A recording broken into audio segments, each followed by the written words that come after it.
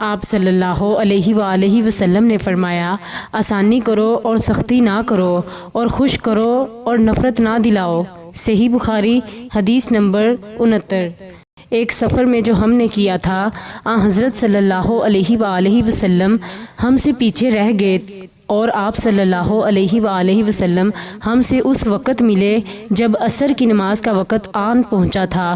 ہم جلدی جلدی وضو کر رہے تھے، بس پاؤں کو خوب دھونے کے بدل ہم یوں ہی سا دھو رہے تھے۔ یہ حال دیکھ کر آپ صلی اللہ علیہ وآلہ وسلم نے بلند آواز سے پکارا، دیکھو ایڑیوں کی خرابی دوزخ سے ہونے والی ہے۔ 2 یا 3 بار آپ صلی اللہ علیہ وآلہ وسلم نے یوں ہی بلند آواز سے فرمایا۔ صحیح بخاری حدیث نمبر 60۔ ایک مرتبہ رسول خدا صلی اللہ علیہ وآلہ وسلم مسجد میں تشریف فرما تھے اور لوگ آپ صلی اللہ علیہ وآلہ وسلم کے ارد گرد بیٹھے ہوئے تھے کہ 3 آدمی وہاں آئے۔ ان میں سے 2 رسول اللہ صلی اللہ علیہ وآلہ وسلم کے سامنے پہنچ گئے اور ایک واپس چلا گیا۔ راوی کہتے ہیں پھر وہ دونوں رسول اللہ صلی اللہ علیہ وآلہ وسلم کے سامنے کھڑے ہو گئے۔ اس کے بعد ان میں سے ایک نے جب مجلس میں ایک جگہ کچھ گنجائش دیکھی تو وہاں بیٹھ گیا، اور دوسرا اہل مجلس کے پیچھے بیٹھ گیا، اور تیسرا جو تھا وہ لوٹ گیا۔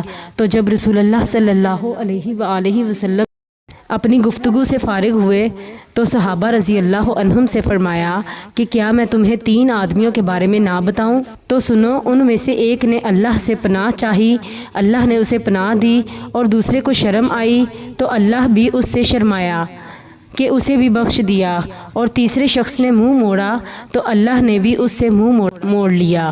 صحیح بخاری حدیث نمبر 66۔ وہ ایک دفعہ رسول اللہ صلی اللہ علیہ وآلہ وسلم کا تذکرہ کرتے ہوئے کہنے لگے کہ رسول اللہ صلی اللہ علیہ وآلہ وسلم اپنے اونٹ پر بیٹھے ہوئے تھے اور ایک شخص نے اس کی نکیل تھام رکھی تھی۔ آپ صلی اللہ علیہ وآلہ وسلم نے پوچھا، آج یہ کون سا دن ہے؟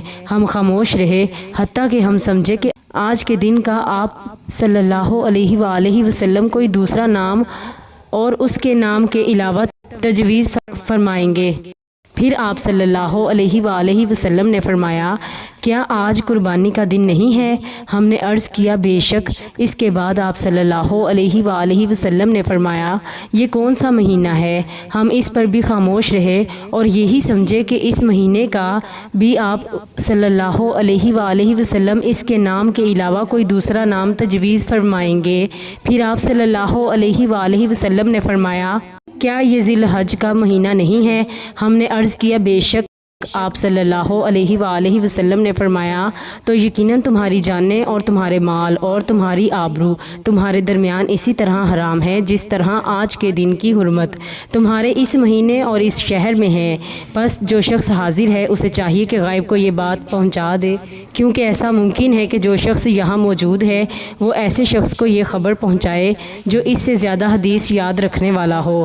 صحیح بخاری حدیث نمبر 67۔